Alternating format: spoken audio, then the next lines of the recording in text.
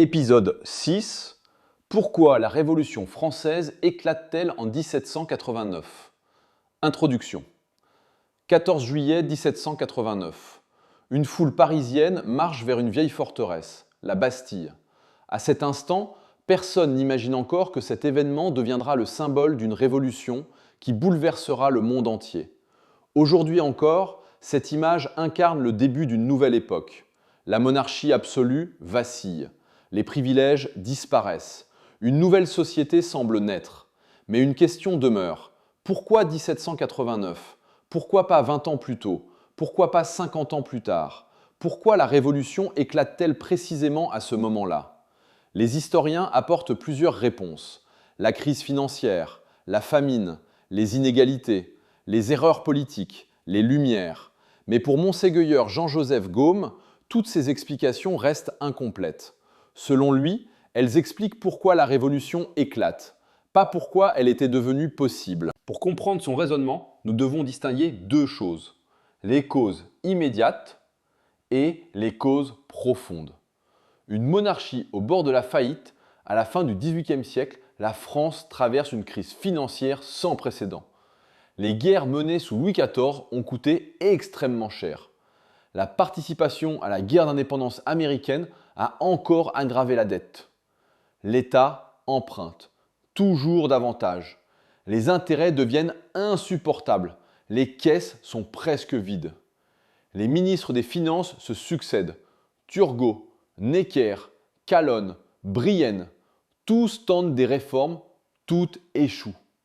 Pourquoi? Parce que toute réforme fiscale remet en question les privilèges de certains groupes influents. Le royaume semble bloqué. Pour les historiens, cette crise constitue l'un des principaux déclencheurs de la Révolution. Sans argent, la monarchie ne peut plus gouverner efficacement. Elle est contrainte de convoquer des États généraux. Une décision qui ouvrira une crise politique majeure. Mais Monseigneur Gaume pose immédiatement une autre question.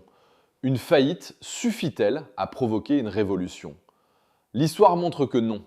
Des royaumes ont déjà connu des banqueroutes, des empires ont fait défaut.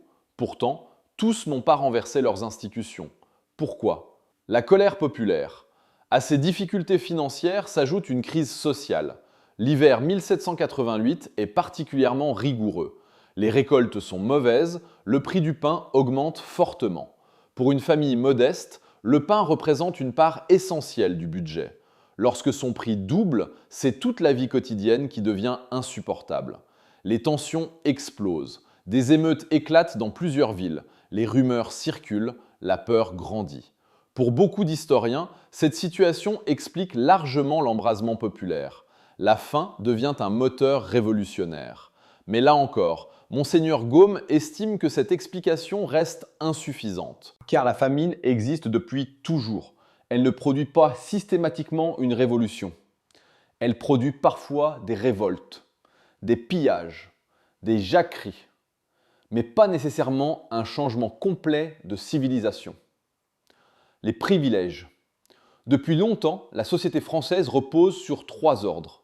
Le clergé, la noblesse, le tiers-état. Ce système suscite de nombreuses critiques. Le tiers-état supporte une grande partie de la fiscalité. Les privilèges de naissance apparaissent de plus en plus difficiles à justifier.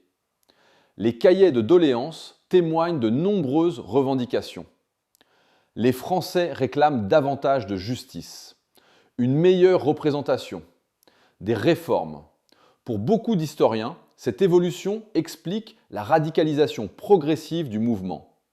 Mais là encore, Monseigneur Gaume estime que ces revendications n'expliquent pas tout. Des sociétés profondément inégalitaires ont existé pendant des siècles. Pourquoi celles-ci basculent-elles précisément maintenant? Né Lumière. Arrive alors l'explication intellectuelle. Depuis plusieurs décennies, les ouvrages de Voltaire, Rousseau, Montesquieu, Diderot ou Condorcet circulent dans toute l'Europe. Les salons se multiplient. L'imprimerie accélère la diffusion des idées. Les critiques contre la monarchie absolue deviennent plus nombreuses. La souveraineté populaire progresse. Les droits naturels sont discutés. L'idée selon laquelle le pouvoir doit venir de la nation gagne du terrain. Cette influence est incontestable. Les révolutionnaires eux-mêmes citeront abondamment ces auteurs. Mais ici encore, Monseigneur Gaume refuse de s'arrêter. Il pose une question simple. Pourquoi ces idées séduisent-elles autant? Pourquoi rencontrent-elles un public déjà prêt à les recevoir? Les causes profondes selon Monseigneur Gaume. C'est ici que toute son argumentation prend sens. Selon lui, la Révolution française est comparable à une maison dont les fondations ont été lentement modifiées. La crise financière représente la dernière secousse. La famine constitue un accélérateur. Les Lumières fournissent un vocabulaire. Mais les fondations avaient changé depuis longtemps. Selon lui, la Renaissance a changé les modèles culturels. L'éducation classique a formé les élites. La Réforme a remis en question l'autorité religieuse. Les Lumières ont élevé la raison humaine au rang d'autorité suprême. 1789 n'est plus alors qu'un point de rupture. Toutes les conditions sont réunies. Il suffit d'une crise politique. La révolution devient possible. Les États généraux. Le 5 mai 1789, les représentants des trois ordres se réunissent à Versailles. Personne ne sait encore que cette assemblée va bouleverser l'histoire. Très rapidement, une question domine les débats. Qui représente réellement la nation? Le roi? Les ordres? Ou les députés eux-mêmes? Le 17 juin, les représentants du tiers-État se proclament Assemblée nationale. Quelques jours plus tard vient le célèbre serment du jeu de paume. Les députés jurent de ne pas se séparer avant d'avoir donné une constitution à la France. Pour Monseigneur Gaume, ce moment est fondamental. Selon lui, l'autorité ne descend plus de Dieu vers le roi. Elle remonte désormais de la nation vers ses représentants. Le principe politique change.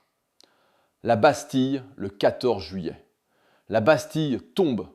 Militairement, la forteresse possède peu d'importance.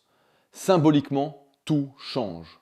Le peuple devient acteur de l'histoire. La monarchie apparaît vulnérable. Le monde entier observe Paris. Pour Monseigneur Gaume, cet événement n'est pas la naissance de la Révolution. Il en est la manifestation spectaculaire. L'incendie devient visible. Mais le feu brûlait depuis longtemps. La Déclaration des droits de l'homme. Quelques semaines plus tard est adoptée la Déclaration des droits de l'homme et du citoyen. Aujourd'hui, ce texte est considéré comme l'un des fondements des démocraties modernes. Il proclame notamment l'égalité devant la loi, la liberté d'expression, la souveraineté nationale et plusieurs droits fondamentaux. Monseigneur Gaume ne partage pas cette lecture. Selon lui, ce texte symbolise un changement majeur. Les droits sont désormais formulés à partir de l'homme, alors que, dans sa conception, il trouve ultimement leur source en Dieu.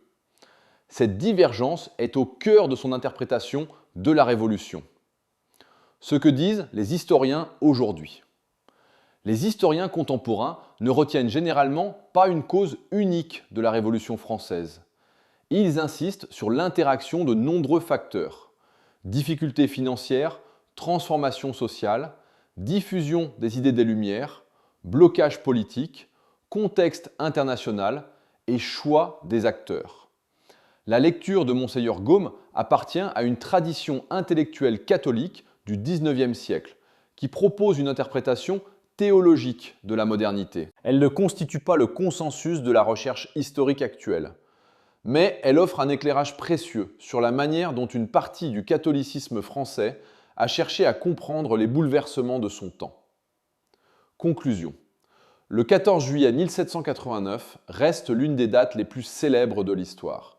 Mais selon Monseigneur Gaume, cette journée n'est pas le commencement, elle est l'aboutissement. L'aboutissement de plusieurs siècles de transformations intellectuelles, culturelles et religieuses. Qu'on adhère ou non à cette analyse, elle rappelle une idée essentielle. Les révolutions ne naissent pas seulement des crises économiques, elles naissent aussi des idées.